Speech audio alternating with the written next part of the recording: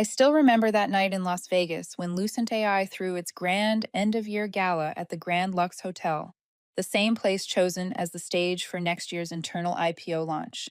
The jazz band played live, golden lights spilling across glittering gowns and champagne glasses that never stayed empty. Everyone looked radiant, buzzing with pride and excitement. Everyone except me. I was alone in a small wooden cabin on the edge of the Arizona desert. There wasn't enough signal to receive text, only just enough to check emails in the morning. That day, like every day of my long awaited break, I woke early, brewed a pot of Guatemalan coffee I'd brought from home, poured it into my chipped white mug, and sat on the porch watching the sunrise. It was the third day of the first real vacation I'd taken in 14 years. Just as I took my first sip, my phone buzzed. No ringtone, no alert, just a subject line sliding across the lock screen that read, "Important notice regarding your position." I'd seen enough of those to know they usually meant procedural updates or internal announcements. But for some reason, my hand went cold. I set the mug down, unlocked the phone, and read. Only a few lines, but they cut like ice. We regret to inform you that your role has been eliminated in the end-of-year restructuring. The decision takes effect immediately. There will be no severance payout due to adjustments in personnel costs. We hope you continue to enjoy your vacation. I don't know what made me laugh. A dry, short, hollow laugh that escaped before I could stop it. Maybe it was the absurdity of it all. Or maybe I'd been expecting this longer than I wanted to admit. The desert wind moved softly through the trees while I sat there. No shock, no anger, just silence. I didn't call anyone. I didn't reply. I didn't scream. I just opened the folder labeled Contracts, Legal Attachments, scrolled down to the section I'd named 12.4b. The trigger, and opened the PDF I'd quietly edited nearly a year ago. That clause had been written with the calm precision of someone who'd been pushed past the edge, someone who'd spent 70 plus hours a week inside a system that rewarded silence more than loyalty.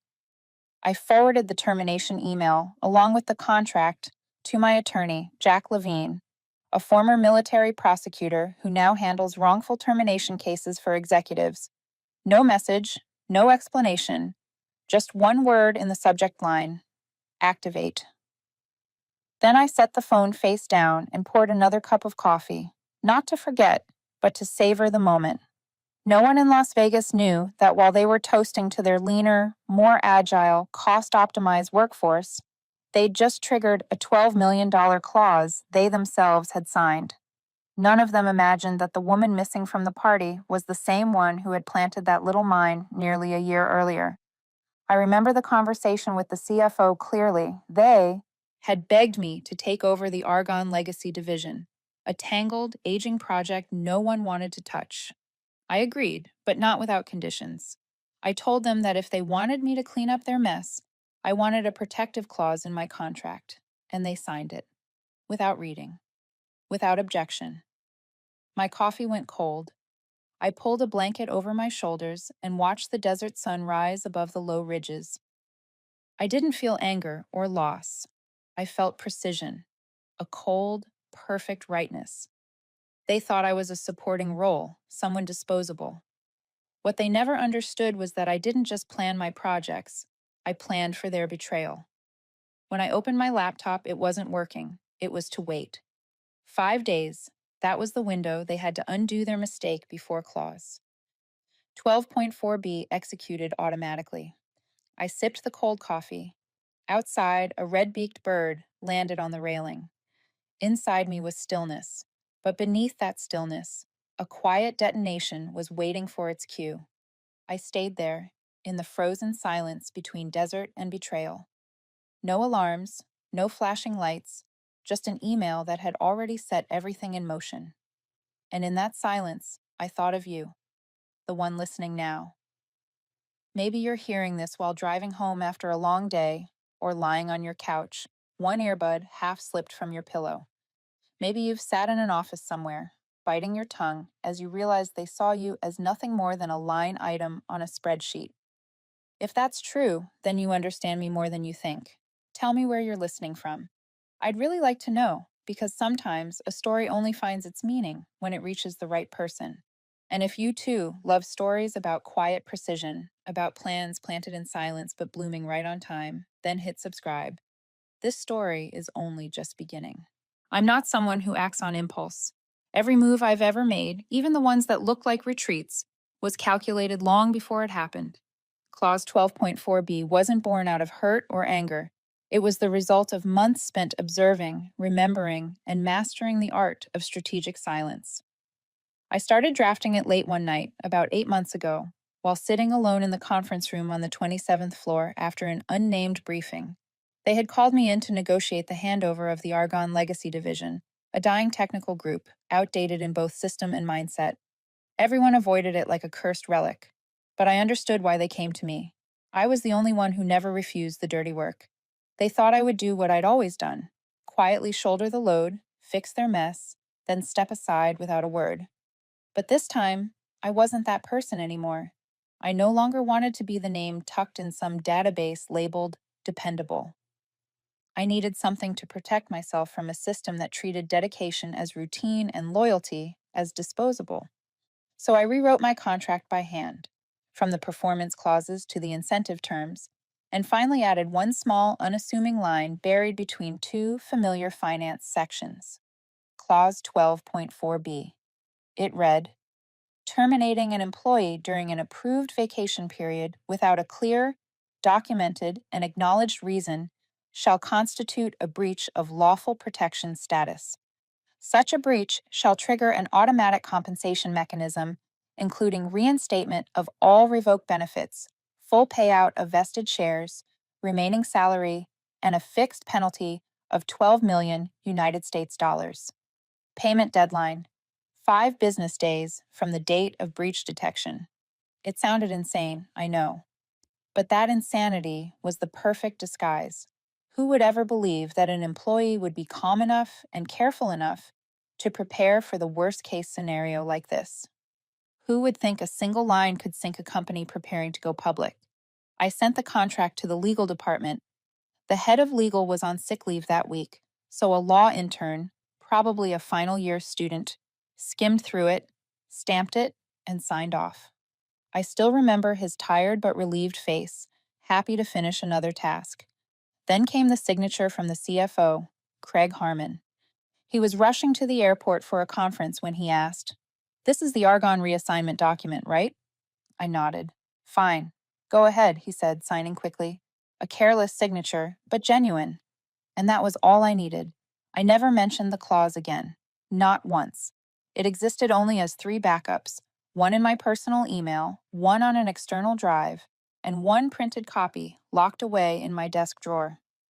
I worked, led the Argonne team through every crisis, every setback.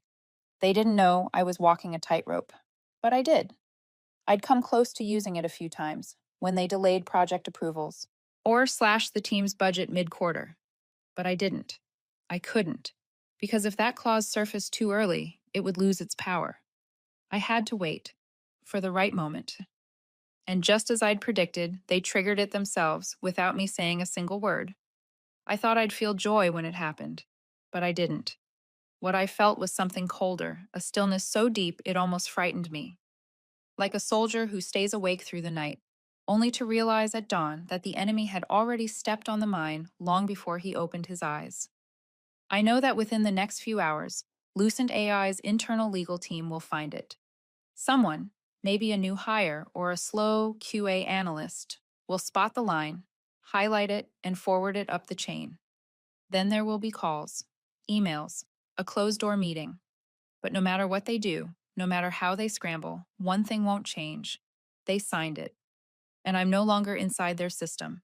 I'm the outsider now, the only one who knows the game started long before they realized they were players. My silence is my weapon. And Clause 12.4b, that's the trap they walked into with their own 2 feet. I knew their internal schedule by heart. I used to help design it for years. The final executive conference before the holidays always took place 3 days after the company party. A closed meeting. No media, no junior staff. Only senior leadership and a few Lucent AI attorneys sitting around a long walnut table in the soundproof room on the 42nd floor where even a sigh couldn't escape. While I sat outside my cabin, feet propped on the railing, a glass of whiskey in hand, I could picture exactly what was happening in that room. I didn't need to be there to know who sat where. Craig Harmon, the CFO, would be at the head of the left side of the table, where he always placed his iPad and black leather notebook. Across from him would be Denise Valera, the chief legal officer, her thin framed glasses resting perfectly, expression unchanged. To the right, Karen, the head of HR, is the one who sent my termination email without the decency of a phone call. I knew the meeting would begin with the Q4 financial summary, followed by a presentation titled Workforce Optimization and Organizational Efficiency, another way of saying mass layoffs. Craig would lead that section, calm as ever, quoting the metrics he liked to call strategic resource realignment. I'd heard those words too many times: neat, bloodless, and sharper than any blade. But this time, they wouldn't just be discussing me as a cost line. Sooner or later, someone from the legal team would speak up. Maybe Alex, the new legal associate hired last month. He'd be the one to notice Clause 12.4b while reviewing the termination files before presenting them to the board. And when he opened his mouth, the air in that room would shift. I could see it. Alex, voice unsteady, hands trembling slightly. I think we have an issue with Sarah Tran's file. Craig probably wouldn't understand right away. He'd wave it off, smirk, and say, "It's fine, already handled." But then Alex would mention it, the clause, 12.4b. His voice nervous, but clear. That's when the silence would hit. Denise would open the file, check the signature, and trace the activation date. I knew her well. She never showed emotion, but this time she'd clench her jaw just enough for her cheek to twitch, because she'd realized the clause wasn't a bluff. It was a buried mine, legal, signed, and already detonated. Karen would be the first to protest. That can't be right. It must have been left over from an old contract template. A weak defense. But Denise would shake her head, pointing to the timestamp and live signature. It was added later, 8 months ago, and signed by Craig himself. I could almost see Craig's face drain of color. He'd grab the printed file, flipping through pages until his eyes stopped on his own signature, right under the clause he never bothered to read. I'd seen him do that before, at least 10 times, signing quickly to save time. But this time, that habit would light the fuse. The room would fall silent, not because they didn't understand what was happening, but because they all understood too well what came next. $12 million wasn't an easy number to swallow, especially after they'd just redirected the severance fund into executive retention bonuses. If word of this got out, everything would collapse: the investors' confidence, the company's reputation before IPO, and the careers of everyone sitting at that table. I took a sip of whiskey and exhaled. It wasn't satisfaction I felt, not triumph either, just certainty. I didn't need to send another email, didn't need to call my lawyer. Everything was already in motion, a trigger set long ago. And if I guessed right, they were scrambling to contain it, hoping I didn't know. But they were wrong. I knew. I'd known before they even hit send. I set my glass on the railing and stretched. Over the Arizona sky, the evening light poured gold across the distant ridges. I thought of Denise, likely searching for a way to negotiate, and Craig, sweating under his tailored shirt. Maybe Karen was reaching for her phone to call me, but I wouldn't answer. I'd stepped out of their game long ago. Now they would have to play it without me. The next morning, I woke not to an alarm, but to the tapping sound of a woodpecker against the old oak tree outside the cabin. The mountain air was cold and razor sharp, clear like the pause before a storm truly begins. I stretched, brewed a fresh pot of coffee, and set my phone face down on the wooden table as I always did. Still no reason to touch it. But after my first sip, the phone began to vibrate. Once, then twice, then a long series of tremors, until even the table shook. I didn't answer. I just tilted my head, watching familiar names light up the screen one after another. Karen from HR, Denise Valera, Craig Harmon, all calling before sunrise. an unmistakable sign that the earthquake had officially begun. I let it buzz until the calls turned into messages. The first was from Karen. Can we have a quick call this morning? Just a small issue with the paperwork. Right after came one from Craig. Sarah, I think there's been a small misunderstanding. Can we talk? Then Denise. I need to confirm a few clauses in the Argonne restructuring contract. Call me as soon as possible. I smiled faintly. A few clauses. The way people choose their words when they're losing control is always fascinating. I picked up the phone, but not to call. I opened my inbox instead. 3 urgent emails waited, one from Denise. Subject line, urgent. Verification of Clause 12.4b. One from the Internal Legal Department, requesting early dialogue regarding your compensation rights. And the last from an address outside the company system. Jack Levine, my attorney. Subject, they read it. The message was one line. Received a copy of the internal memo at 3:02 a.m. Status, panic. I exhaled slowly, taking another sip. This was the part where they began to understand the cost of carelessness, and what they were hoping for now was my mercy. The phone rang again. An unfamiliar number. I knew the type. Probably a legal assistant or an intermediary sent to renegotiate. I answered, saying nothing. Waiting. Sarah? This is Alex from Legal. I know we haven't spoken before, but I just need a few minutes. I stayed silent. We just want to make sure that, well, there isn't any misunderstanding about Clause 12.4b. We believe it may have been a non-intentional editorial error, and if that's the case, the company would be happy to discuss a good faith revision. Editorial error? I nearly laughed. A 300-word clause with full figures, legal language, deadlines, and penalties, and they called it an editorial error? I have nothing more to add, I said. Everything you need is in the document you're holding. I understand. But Sarah, one meeting. We can still find a solution before this goes too far. Nothing is going too far, I interrupted. Everything is happening right on schedule. I hung up. Not angry, not cold, just certain, exactly as I'd planned. Within the next hour, 2 more calls came from other company attorneys. One polite, soft-voiced, offering an informal settlement. The other firmer, trying to sound authoritative. You should consider that taking this to court might damage your professional reputation. I laughed, not out of spite, but because of how predictable fear always sounds when wrapped in diplomacy. My answer didn't change. The clause was signed. I'm only exercising my rights. There was nothing more they could say. And once they realized negotiation wouldn't work, I knew they'd move to the next stage, containment.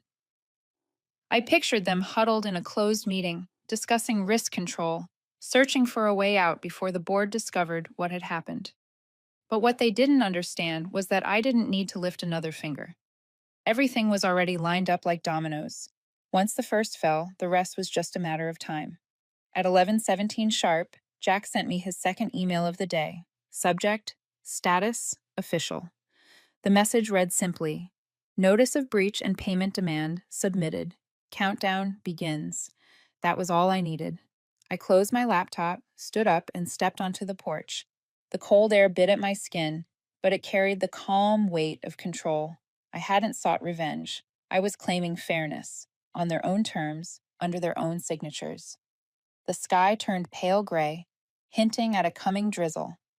I took a deep breath. They thought they could erase me like a number in a spreadsheet. What they never calculated was that I had learned their language and written a story they could never delete. I didn't need to do anything else. No expose posts, no calls to the press, no messages to old colleagues. The collapse had already begun from within. According to Jack's message, or more precisely, from his inside contact within the company's legal division, an emergency meeting had been called that very morning at Elvara headquarters, 12th floor, the executive lockdown floor for crisis strategy. Closed doors. No cameras, no assistants, no recordings. Yet information still leaked, and this time it leaked faster than they could draft an internal communication plan. Jack's assistant, a sharp young woman named Ivy, had memorized nearly the entire sequence of the meeting with the precision of a stenographer. She sent him a PDF summary titled Snake in the Den. The contents were almost exactly as I'd predicted. Denise, the chief legal officer, was the first to confirm that Clause 12.4b not only existed but had been fully executed, complete with signatures, digital seals, timestamp verification, and even internal security hashes from the company's contract management system. It wasn't a draft, it was a legally binding document, ready for court. The problem was, no one remembered reading it. Craig, the chief operating officer, the man who signed my vacation approval, was the first to freeze when he saw his name listed among the signatories. I thought this was the retention support package, he stammered. I didn't realize it contained a penalty clause. Didn't realize. They never did. And that was exactly what I counted on. Denise, to her credit, stayed composed. She understood the danger.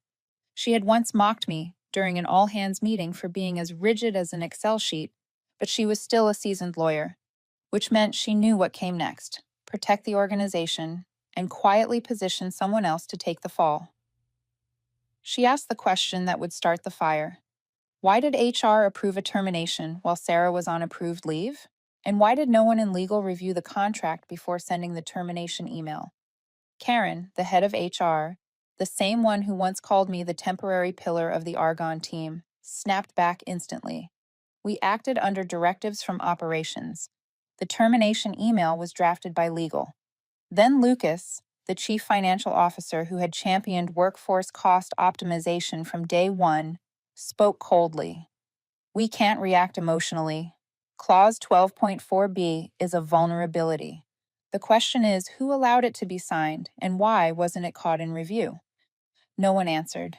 The room fell into that uneasy silence Jack described as the kind that fills a classroom when someone's been caught cheating, but no one knows who yet. Worse, the contract didn't exist in just one copy.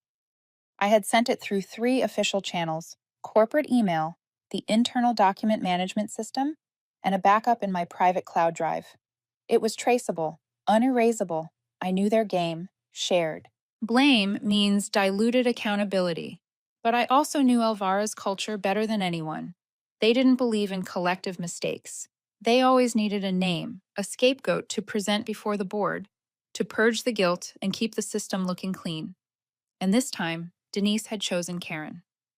Jack told me that during the meeting, Denise had emphasized the HR budget cycle guidelines, signed off by Karen, which required HR to verify contract protection status before terminating any employee on approved leave. They hadn't done it. Karen stood up, shouting across the room, "You're the one who cleared that contract. I just followed the procedure." But Denise only gave a thin smile and flipped to the printed contract, showing my signature, Craig's, Lucas's, and notably, none from Karen. Every eye turned toward her. She sat down, face drained of color. I could picture the panic spreading across the room like an oil stain, each of them realizing they'd walked straight into a trap built from their own carelessness. And while they scrambled to assign blame, I sat on my porch, quietly stacking the old sticky notes filled with ideas no one ever read. The ones they used to laugh at, calling them unrealistic. Maybe they were right, but I never wrote them to impress anyone. I wrote them because I knew that one day, those words, if sharpened enough, would become the coldest scalpel of all. And now, the scalpel had cut. Jack wasn't like any lawyer I'd ever met. No crisp suits, no polished speeches, no pointless checking-in calls. He was the kind of man who walked into your office, quietly set a folder on your desk, looked you straight in the eye and asked, "How much do you want them to lose?" And I knew then I had chosen the right person.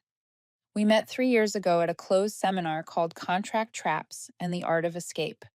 Back then, I was just another attendee.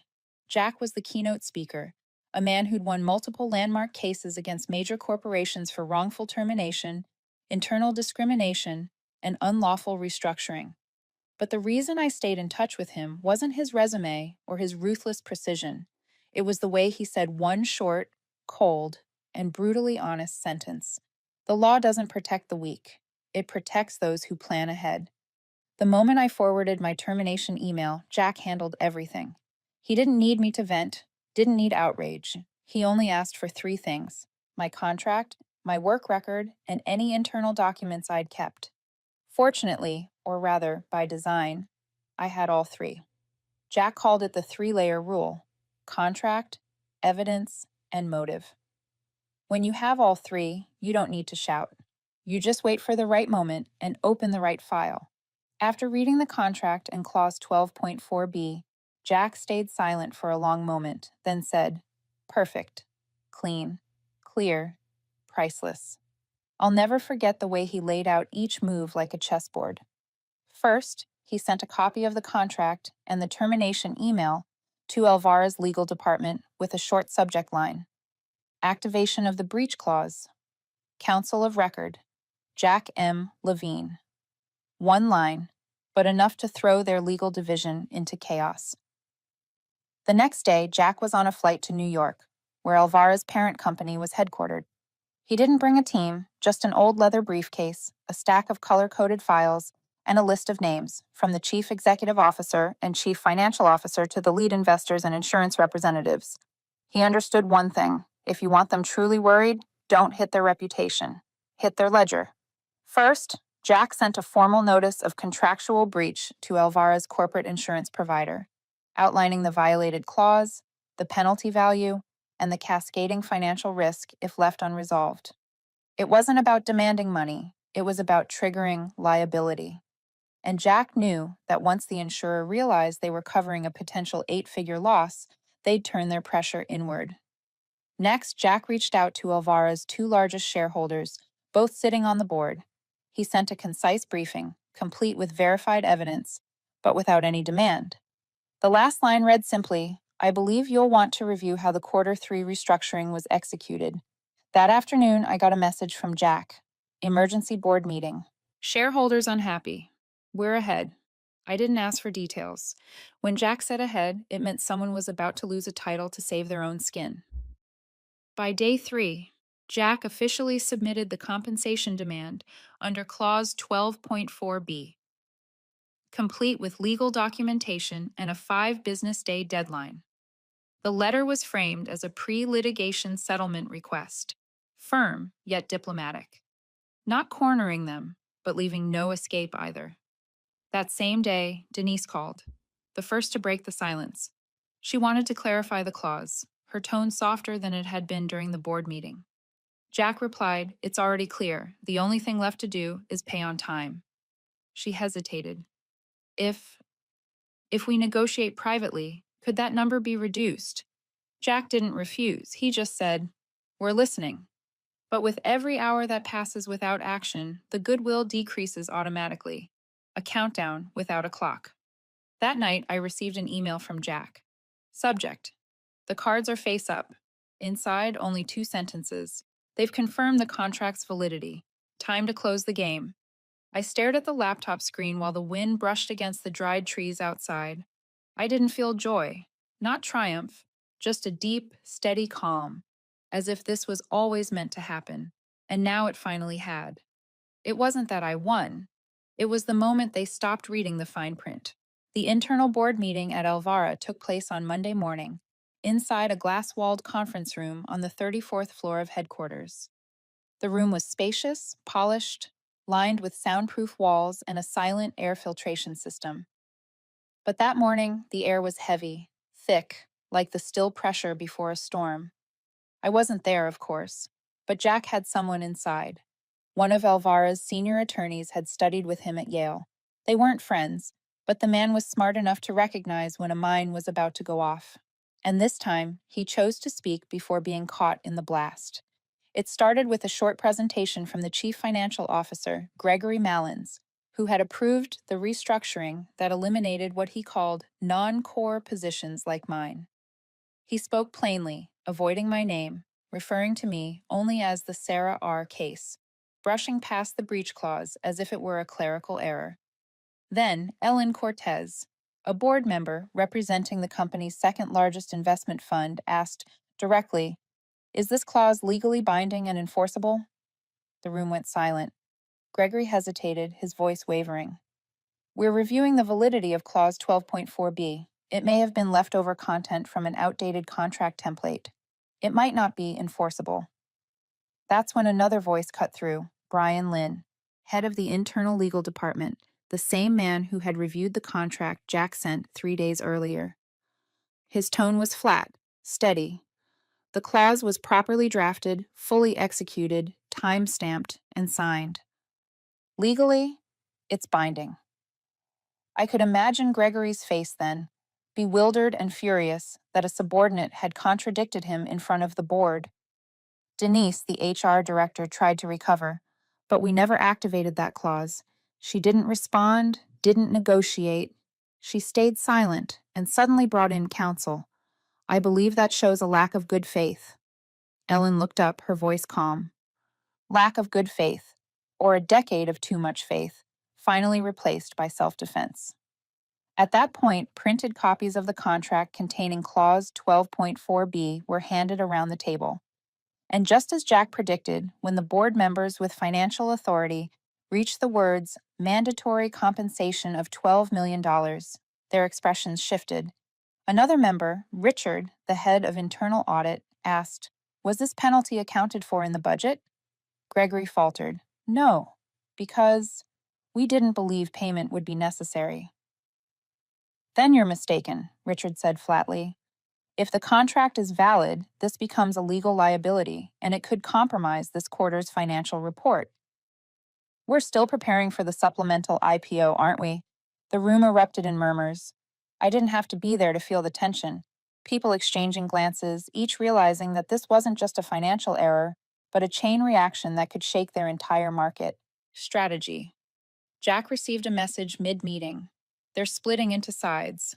The board's no longer aligned. Someone might be forced to step down.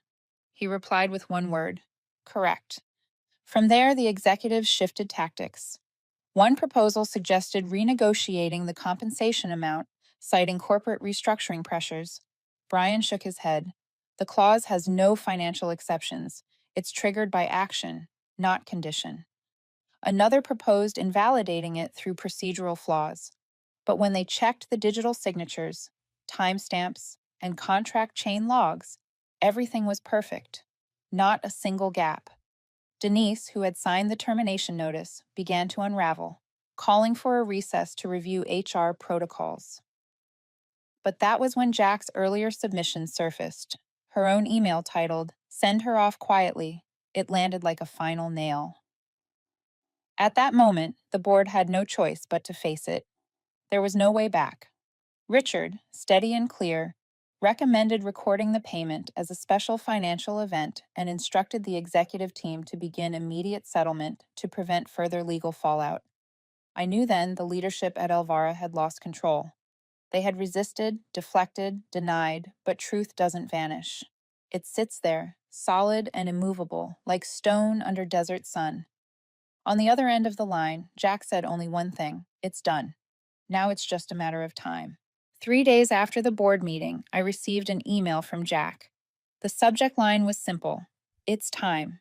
Inside, only one sentence: the transfer is complete. Send the receipt to accounting. I didn't laugh, didn't sigh. I just leaned back in my chair, closed my eyes for a few seconds, and let the feeling pass. It wasn't joy, it wasn't vindication, it was relief, the kind that comes when a headache that's lasted for years finally fades. They had wired $12 million, split into 3 parts: contractual compensation, the full value of my vested shares, and the dividends I would have earned next fiscal year. No message, no apology, no legal disclaimers, just a clean transaction, as if I'd sent them an invoice for plumbing repairs. What made it complete wasn't the money. It was the unspoken admission that I hadn't been erased, that they had underestimated me, dismissed me, and now they had paid for it. I divided the sum into 3 separate accounts. One part went to a scholarship fund named after my mother, the woman who once told me that a woman doesn't have to shout to be heard. Another went into the investment portfolio I'd been building since my first year of work. And the rest I kept, as a reminder that silence can be the loudest sound in a room full of talkers. Jack, as always, didn't celebrate. He just sent another line: they won't touch anyone else for at least 3 years. I knew he was right. Inside Alvara, it became a marker in their history. According to Jack's updates, after that board meeting, the directors ordered a full restructuring of the HR and legal departments. Denise, the HR director, resigned within a week, with a short farewell email and a canceled exit meeting. Gregory, the CFO, tried to hold on but was removed from the lineup for the quarterly earnings presentation. The CEO disappeared from the media for nearly 2 weeks, returning with a meaningless post on LinkedIn about leadership and resilience. But the real storm began when the press caught scent of blood. I wasn't the one who leaked the story. But in the tech world, nothing spreads faster than a guilty conscience with a Wi-Fi signal. An internal memo slipped onto an anonymous forum. Then an internal email with the subject line, Clause 12.4b Payment Escalation, mysteriously landed in the inbox of a business reporter. 3 days later, a headline appeared in a major financial outlet. Elvara pays $12 million to silence an employee. The article didn't name me, but it didn't have to. The details were enough for everyone in the industry to know. They called me Employee X, the contract mine, the woman who cost a Fortune 500 company a quarter's profit because they didn't read the fine print. Public reaction was immediate and mostly on my side. One reader wrote, "She did what we all wish we were smart enough to do." Another said, "This is why I read every clause, even the appendices longer than a film." Tolstoy novel. A few former Elvara employees reached out privately. Kind messages. Quiet gratitude. They thanked me for doing what they'd only ever imagined. One was Denise's old assistant, the one ordered to fire an entire team over a cold email. She said my story felt like justice by proxy. I didn't reply to most. I just read them, archived them. Because I had no desire to turn this into a viral redemption arc. What I did wasn't revenge. It was reclamation, justice by their own rules, delivered in silence. During those days when the media storm swelled, I stayed quiet. No posts, no interviews, no long essays. The only change I made was to my LinkedIn photo, a shot of me standing on a hilltop in Santa Fe, arms outstretched in the wind. The caption underneath read only one line, small clause, big consequence, and I let the world interpret it on its own. I once thought that if the day ever came when I left Galleon, I'd feel empty. But the moment the car door closed behind me, with the sunset washing gold over the Brentmore Hills, all I felt was lightness. 14 years. I had given that company the best years of my life. I stayed when others left.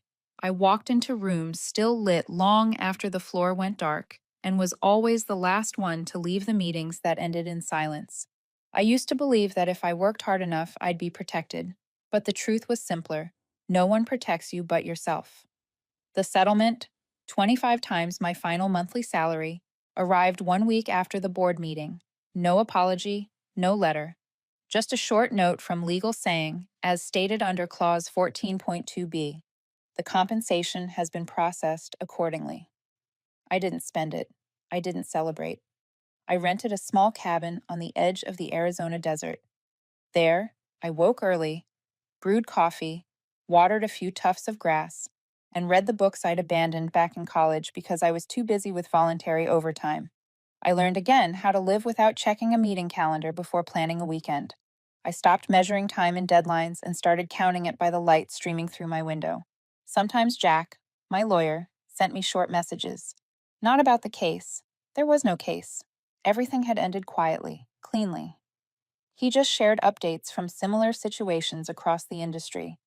Galleon won't be the first company, he wrote, but it'll be the one that remembers the longest. I didn't reply, just smiled. I'd never wanted to destroy them. I only wanted them to understand that silence doesn't mean weakness. A small clause, buried deep among hundreds of legal lines, can become a blade when the person who placed it there knows how to wait. A few old colleagues reached out. Some asked for the clause template. Others just wanted to hear the story from the beginning. But I refused. I didn't retell it. I didn't write a viral post. I didn't appear on any podcasts about corporate women and legal revenge. I just wanted peace. Because sometimes silence is the deepest form of revenge. For a few weeks, I thought about returning to the corporate world. Then I realized I no longer wanted to sit in meetings where people avoided eye contact or pour my effort into projects that ended up as round numbers on a quarterly report. I wanted to teach, maybe contract writing, maybe personal strategy, or maybe just how to live without letting others define you. One morning, sitting on the porch with a cup of hot coffee, sunlight spilling across the clay tiles, I wondered, was someone out there hearing this story, feeling the same weight, standing in the same place I once did? Maybe you're in an office somewhere, just called into a quick meeting, realizing how thin the line is between polite and cold. Maybe you're holding your breath, afraid to be labeled difficult or not a culture fit. If that's you, I understand. And I hope this story found you, quietly, the way it was meant to. I won't tell you how to fight back or claim you should do what I did. I only want you to know this. Preparation isn't about retaliation. It's about never being forced into silence when you don't want to be.